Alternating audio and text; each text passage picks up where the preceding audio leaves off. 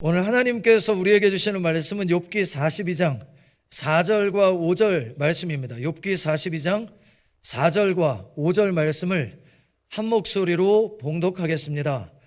내가 말하겠사오니 주는 들으시고 내가 주께 묻겠사오니 주여 내게 알게 하옵소서.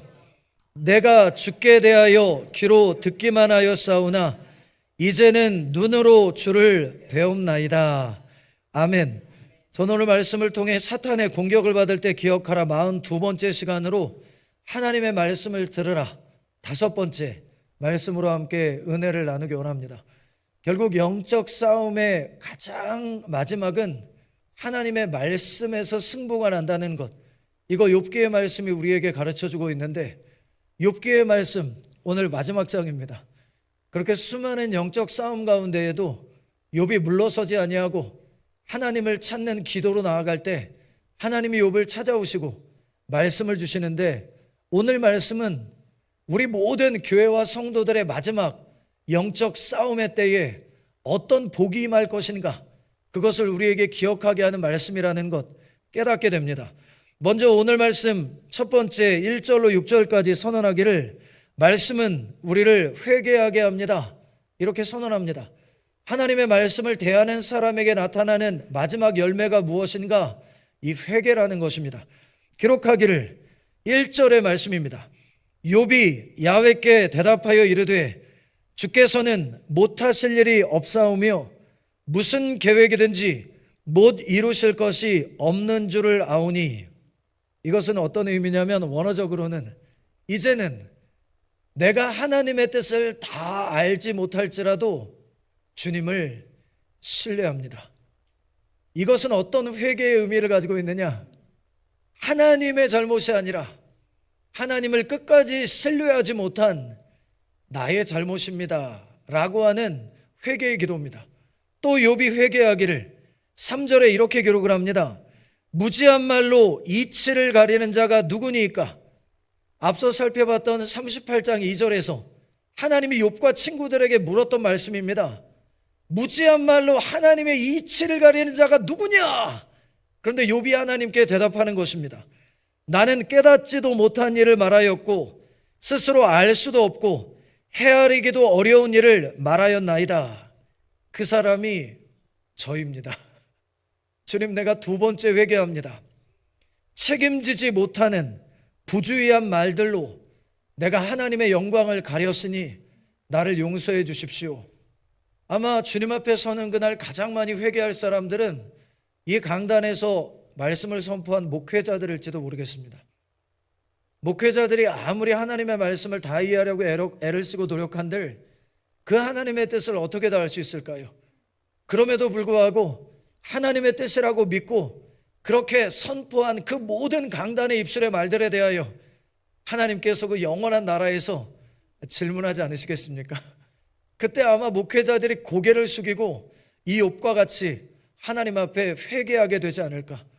그래서 가능하면 저는 설교할 때에 다른 사람들의 이야기거리나 혹은 저의 개인적인 생각들을 최대한 접고 하나님의 말씀의 원어가 가지고 있는 그 의미들을 성도님께 전달하려고 노력을 하는데도 불구하고, 얼마나 그 설교 중간중간에 제가 설교를 모니터하다 보면 사담들이 많이 들어가는지 하나님 앞에 예배를 마치고 나서 회개할 때가 참 많이 있습니다.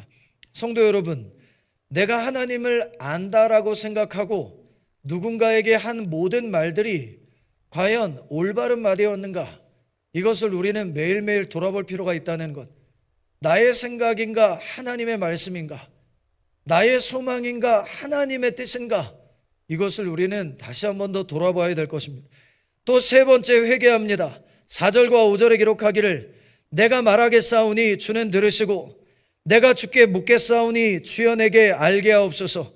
내가 주께 대하여 귀로 듣기만 하였사오나, 이 말은 하나님에 대하여 내가 안다고 생각했던 모든 지난날의 지식과 경험들은 다 아무것도 아닙니다. 주님, 이제는 눈으로 주를 배움나이다. 지금 아직도 나는 내 고난의 이유가 무엇인지를 다 깨닫지 못하겠습니다. 그러나 상관없습니다. 나는 이 고난을 통해 하나님께로 더 가까이 나오게 됐다는 것, 그것으로 충분합니다. 이 믿음의 고백입니다. 주님, 회개합니다. 나의 남은 신앙생활의 목적은 겸손히 하나님의 뜻을 알아가는 것이니 부디 나를 떠나지 마시고 나와 함께 동행하며 나의 질문을 들어주시고 그 질문이 있을 때마다 대답해 주십시오.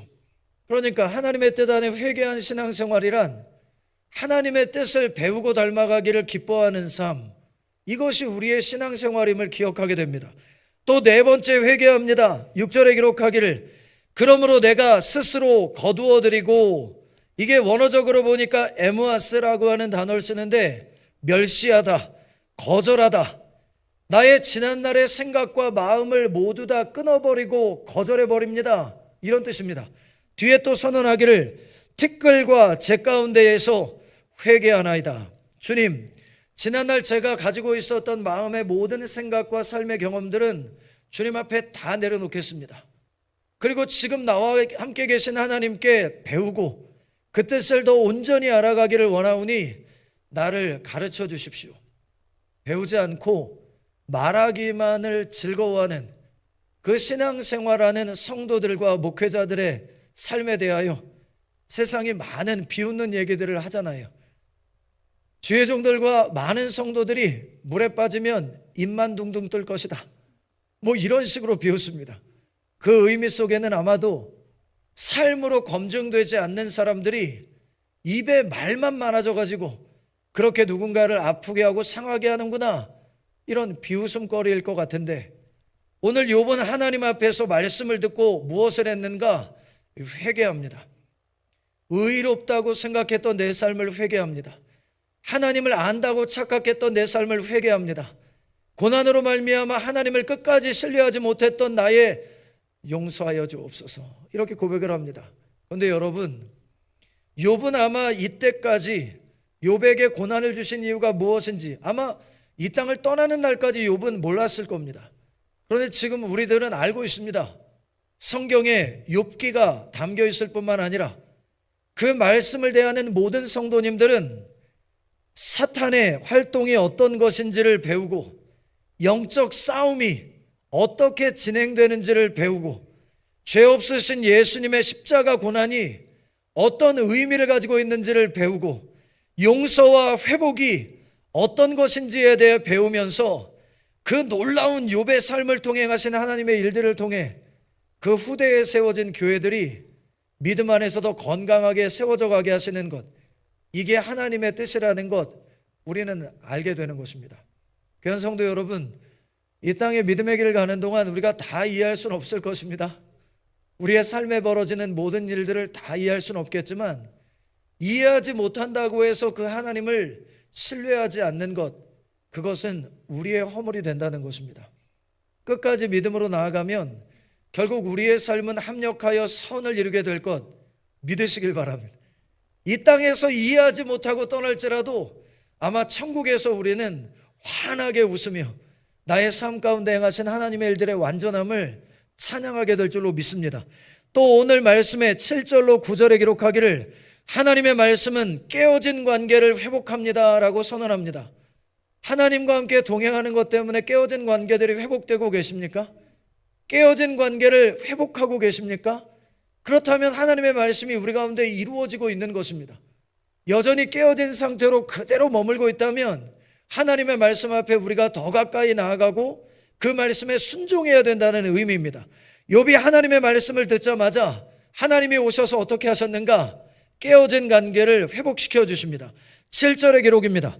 야훼께서 욥에게 이 말씀을 하신 후에 야훼께서 대만 사람 엘리바스에게 이르시되, 왜 3명의 친구들 가운데 엘리바스였을까 궁금해서 제가 조금 더 찾아보니까 아마도 이 욥기에서 욥에게 가장 처음 말한 사람이었을 것이고 그 친구들 가운데 가장 연장자였을 것, 그 친구들을 대표하는 사람이었기 때문에 엘리바스를 향하여 하나님이 말씀하셨을 것이다, 이렇게 이해를 합니다.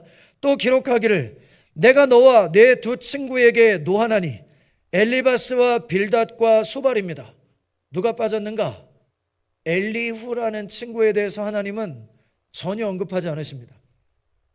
하나님의 마음에 합한 말로 욥의 믿음을 도왔던 그 친구에 대해서는 하나님이 전혀 책망을 하지 않으신다는 것, 이게 정말 놀라운 기록입니다. 그래서 제가 오늘 말씀을 묵상하면서 주님, 엘리야와 같은 믿음의 삶을 살기 원합니다. 제가 원하는 예배자의 모습, 평생 동안 품어왔던 예배자의 모습은 일라이저입니다. 제 영어 이름이 엘리야거든요. 왜 엘리야냐면 엘리야와 같은 예배자로 살고 싶었기 때문입니다. 머무는 자리마다 회개와 성령의 임재로 인하여 돌이켜 하나님을 살아계시다라고 고백하는 그 놀라운 예배가 회복되기를 원하는 꿈, 그게 50년 동안 제가 품고 달려왔던 예배자의 자화상이었습니다. 그런데 이 욥기의 말씀을 마지막 묵상하며 엘리후가 제 마음속에 확 들어왔습니다. 저의 남은 모든 목회의 여정이 엘리후와 같기를 원합니다. 하나님의 뜻에 합한 지혜로운 말로 마음이 상하고 삶이 무너진 영혼들을 격려하고 일으키며 그 믿음을 얻도록 돕는 순종을 통해 하나님께서 책망하실 때 내 이름이 불려지지 않을 만큼 하나님의 마음에 합하는 삶을 살고 싶습니다 라고 하는 소망을 품게 됐는데, 뒤에 이렇게 말씀을 하십니다. 이는 너희가 나를 가리켜 말한 것이 내 종 욥의 말같이 옳지 못함이니라. 마치 하나님의 뜻을 네가 다 아는 것처럼 단정적으로 말하고 사실이 아닌 내용을 하나님의 뜻처럼 말한 것, 그것에 대하여 내가 너희를 책망한다는 것입니다. 그러고 보니 교회 안에서 발생하는 수많은 갈등과 상처들은 대부분 하나님을 안다고 착각하는 교만으로부터 시작된다는 것을 우리는 오늘 말씀을 통해 깨닫게 됩니다. 하나님께서 3명의 친구를 책망하십니다. 그리고는 명령하시는 내용입니다. 8절에 기록하기를 그런즉 너희는 수소 7과 순양 7을 가지고 6이 사람의 수, 불완전의 수라면 사람이 창조된 날이 6일째잖아요. 7은 유대인들에게 하나님의 숫자입니다. 하나님께서 모든 만물을 창조하시고 안식하신 날, 완전함, 이런 의미를 가지고 있습니다. 그런데 하나님께서는 그 친구들에게 욥에게 나아가 회개의 제사를 드릴 때 제물을 얼마나 가지고 나가야 됐느냐? 수소 7마리, 순양 7마리. 얼마나 비쌀까요, 여러분? 지금도 소 7마리, 이양 7마리를 사가지고 제사를 드리라 그러면 계산만 해도 한우가 지금 400~500만 원인데, 그러면 뭐 4천만 원 넘는 돈 아닌가요? 예배 한 번 드리는데 4천만 원 든다. 쉽지 않은 순종이겠죠. 그런데 기록합니다. 내 종 욥에게 가서 하나님께서는 나에게 앞에 와서 회개하라고 하지 않으십니다.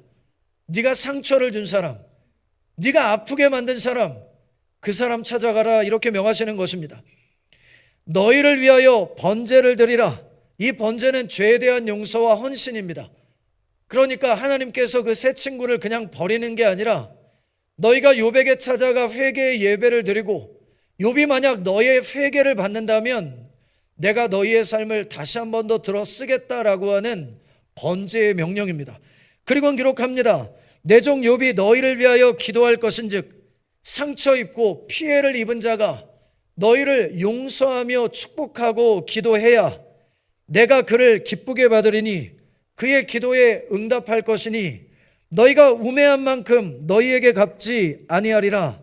영적인 우매함으로 저지른 죄악에 대하여 내가 너희를 징계하지 않을 것이다. 아마도 부부들 간에 서로가 서로에게 아마도 많은 회개의 예배를 드려야 되지 않을까, 이런 마음 듭니다. 왜냐하면 배우자가 세상에서 가장 편한 사람인 것 때문에 우리가 말로 행동으로 서로에게 많은 실수와 상처를 입히는 경우들이 있거든요. 주님 앞에 예배하러 함께 나올 때에 서로에게 했던 잘못들을 서로에게 고하고 용서를 구하는 것, 이것은 중요한 일이다라는 생각이 드는 말씀입니다. 또 뒤에 기록하기를 이는 너희가 나를 가리켜 말한 것이 내 종 욥의 말같이 옳지 못함이라. 욥에게 주장했던 인과응보로 지은 대로 재앙으로 심판으로 갚는 것, 그것 내가 하지 않겠다, 이 말입니다. 너희는 내가 인과응보의 하나님이라고 욥에게 강요했다. 그러나 나는 욥이 너희를 용서한다면 그 모든 죄악들을 이 시간 욥의 선언대로 용서하겠다라고 친구들에게 선언하고 계신 것입니다. 그리고 9절에 기록합니다. 이에 대만 사람 엘리바스와 수아 사람 빌닷과 나아마 사람 소발이 가서 야훼께서 자기들에게 명령하신 대로 행하니라. 야훼께서 욥을 기쁘게 받으셨더라. 이 말의 원어적인 뜻은 높이 들어올리다, 이런 뜻입니다. 그러니까 욥의 삶에 무너진 모든 삶의 자리를 다시 회복시키셨다. 관계의 회복이 먼저라는 것입니다. 하나님께서는 우리의 삶을 회복하시거나 복을 주시기 전에 먼저 요구하시는 게 있습니다. 이 관계의 회복입니다. 너희의 관계가 회복되지 않으면 하나님께서 작정하신 그 복을 유보하시는 것입니다. 제가 간증으로 말씀드렸던 것처럼 주의 종으로 하나님 앞에 헌신할 때 하나님이 저에게 가장 먼저 요구하셨던 것이 어머님과 여동생에게 그동안 저질렀던 죄를 무릎 꿇고 회개하는 것이었고, 그 두 번째가 저희 아버지의 친가 식구들, 어머님을 괴롭혔던 그 수많은 가족들을 예수 그리스도의 이름으로 용서하는 것, 그것이 제가 주의 종이 될 때 하나님이 저에게 15일 금식 가운데 요구하셨던 한 가지였습니다. 우리 순복음 중앙교회가 앞으로 하나님 앞에 더 올바른 교회로서 힘있게 부흥하기 위해서는 올바른 관계를 맺어가는 것이 대단히 중요한 것입니다. 깨어진 관계를 그냥 깨어진 상태로 두는 것이 아니라 서로가 서로에게 용서를 구하고 함께 회복해 나아가기 시작할 때 우리 교회를 향하여 하나님이 가지고 계신 그 놀라운 계획이 우리 가운데 이루어질 것임을 오늘 말씀을 통해 기억하시기를 부탁을 드립니다. 또 세 번째 선언하기를 10절로 17절에 말씀은 무너진 삶을 회복한다, 이렇게 선언합니다. 마지막 날 예수님이 다시 오시는 그날 우리 가운데 천국이 어떤 모습인가, 그것을 우리에게 보여주는 말씀이라고 생각을 합니다. 먼저 10절 앞부분에 기록하기를 욥이 그의 친구들을 위하여 기도할 때 용서의 기도로 깨어진 관계를 회복하는 그 순간 뒤에 기록하기를 야훼께서 욥의 곤경을 돌이키셨다라는 것은 전인격적인 건강을 회복하셨다는 것입니다. 바꿔 표현하면 우리가 병에 들고 몸이 연약해지는 이유 가운데 하나도 결국 관계가 깨어지는 것으로부터 오는 스트레스, 그 마음의 짐과 올무, 그 멍해들로 인해서 우리 가운데 일어난다는 것, 이거 우리는 기억하게 되는 것입니다. 먼저 우리가 치유받고 회복되기 위해서는 깨어진 관계를 회복해야만 합니다. 특별히 어떻게 회복하느냐? 이 용서해야 됩니다. 내 몸에 있는, 내 마음에 있는 모든 연약함들을 회복하기 위해서는 상대방이 용서를 받든 용서를 구하든 상관없이 내가 먼저 하나님 앞에서 모든 사람을 용서하고 또 용서함으로 하나님 앞에 회개할 필요가 있다. 이것을 오늘 보여주는 것입니다. 결국 천국은 회개하고 용서한 사람들이 함께 영원토록 거하는 나라, 이런 의미를 가지고 있습니다. 이 땅에 사는 날 동안 깨어진 관계 그 모습 그대로를 가지고 영원한 나라에 거할 수 없다는 것 기억하시기 바랍니다. 또 10절 뒷부분에 기록하기를 야훼께서 욥에게 이전 모든 소유보다 갑절이나 주신지라. 이 물질의 복입니다. 때를 따라 도와주시고 공급해 주시는 은혜 안에 부족함이 없게 하시는 것, 이것이 두 번째 욥에게 임한 하나님의 회복이었습니다. 세 번째 회복이 11절에 기록이 됩니다. 이에 그의 모든 형제와 자매와 이전에 알던 이들이 다 와서 그의 집에서 그와 함께 음식을 먹고 야훼께서 그에게 내리신 모든 재앙에 관하여 그를 위하여 슬퍼하며 위로하고 각각 캐스트 하나씩과 추정하기로는 은으로 만든 화폐일 것으로 추정을 합니다. 뒤에 기록하기를 금고리 하나씩을 주었더라. 관계의 회복입니다. 놀라운 일입니다. 욥이 재앙 가운데에 고난을 당하는 것처럼 보일 때에 가족 모두를 잃고 슬퍼하는 가운데에는 어느 누구도 욥을 찾아오지 않았습니다. 그런데 놀랍게도 하나님의 뜻 안에서의 모든 재앙의 심판의 시간들이 지나가고 하나님과의 올바른 관계, 그리고 그 곁에 있는 친구들과의 올바른 관계가 회복되자마자 깨어졌던 모든 관계들이 회복되게 만드셨다, 이렇게 기록하는 것입니다. 그러니까 우리가 순복음 중앙교회로서 올바른 교회가 되면 수많은 좋은 믿음의 관계들이 계속해서 펼쳐져 나갈 것입니다. 왜냐하면 이것이 하나님께서 올바로 세워진 믿음의 사람들에게 주시는 복이기 때문에 그렇습니다. 또 네 번째 복이 기록이 됩니다. 12절에 기록하기를 야훼께서 욥의 말년에 욥에게 처음보다 더 복을 주시니 그가 양 14,000과 낙타 6,000과 소 1,000결이와 암나귀 1,000을 두었고 또 아들 7과 딸 3을 두었으며 그가 첫째 딸은 여미마라 이름하였고 둘째 딸은 그시아라 이름하였고 셋째 딸은 게레나쁘기라 이름하였으니 이 세 개의 이름의 뜻은 모두 다 아름답다라고 하는 의미를 가지고 있는데 15절에 또 기록을 합니다. 모든 땅에서 욥의 딸들처럼 아리따운 여자가 없었더라. 그들의 아버지가 그들에게 그들의 오라비들처럼 기업을 주었더라. 자녀의 복을 주셨다는 것입니다. 그런데 놀라운 것은 욥이 고난을 통하여 죽음 앞에 서서 그 고난을 겪고 돌아오고 난 후에 당시 사회에서는 아들들에게만 유산을 상속했습니다. 지금까지도 한국에서도 출가 외인이라고 해서 부모님들의 상속이 있을 때에는 아들들과 딸들의 상속의 이 정도가 다른 것을 보게 되는데 놀라운 일 아닙니까? 만약 욥이 족장 시대에 살았다면 창세기 때입니다. 그런데 그 오래전 적어도 6, 7천 년 전인데도 불구하고 그가 고난으로부터 회복되었을 때 그 어떤 사람도 외적인 조건으로 차별하지 않고 동일하고 공평하게 대하는 삶을 그 가정으로부터 회복했다는 것, 이게 정말 놀라운 일입니다. 교회가 지금 현재 세워진 이 땅에 보여주어야 될 아주 중요한 모습이라고 생각을 합니다. 외적 조건으로 사람을 따지고 가리고 하는 것이 아니라 있는 모습 그대로를 존중하고 공평하게 대하는 삶을 살아가는 것, 이게 어찌 보면 약소국가의 국민들로서 미국의 교민으로 살아가고 있는 우리 대한민국 국민들이 다문화 사회인 이 미국 사회에 선포하고 보여주어야 될 아주 중요한 모습이 아닌가, 이런 마음도 듭니다. 또 마지막 다섯 번째 회복이 16절에 기록이 됩니다. 그 후에 욥이 140년을 살며 아들과 손자 4대를 보았고 욥이 늙어 나이가 차서 죽었더라. 장수와 평안한 죽음의 복을 주셨다, 이렇게 기록을 합니다. 이 다섯 가지의 복이 오늘 중보기도 자리에 나온 모든 성도님들의 복이 되시기를 예수님의 이름으로 축복합니다. 더 놀라운 것은 이 복받는 모습을 누가 보고 있었느냐?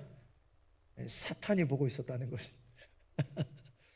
욥이 이 고난으로 말미암아 변질되고 하나님께 등을 돌릴 것이라고 생각했던, 집요하게 욥을 공격했던 이 사탄 앞에서 하나님이 욥의 삶을 높여주시고 오히려 상을 주시는 것을 통해 사탄의 공격이 오히려 성도와 교회를 더 하나님의 뜻 안에서 견고하고 온전하게 만들었다.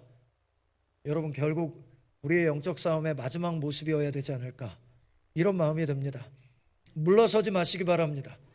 아무리 사탄이 물고 뜯고 죽일 것처럼 달려들어도 물러서지 마시기 바랍니다.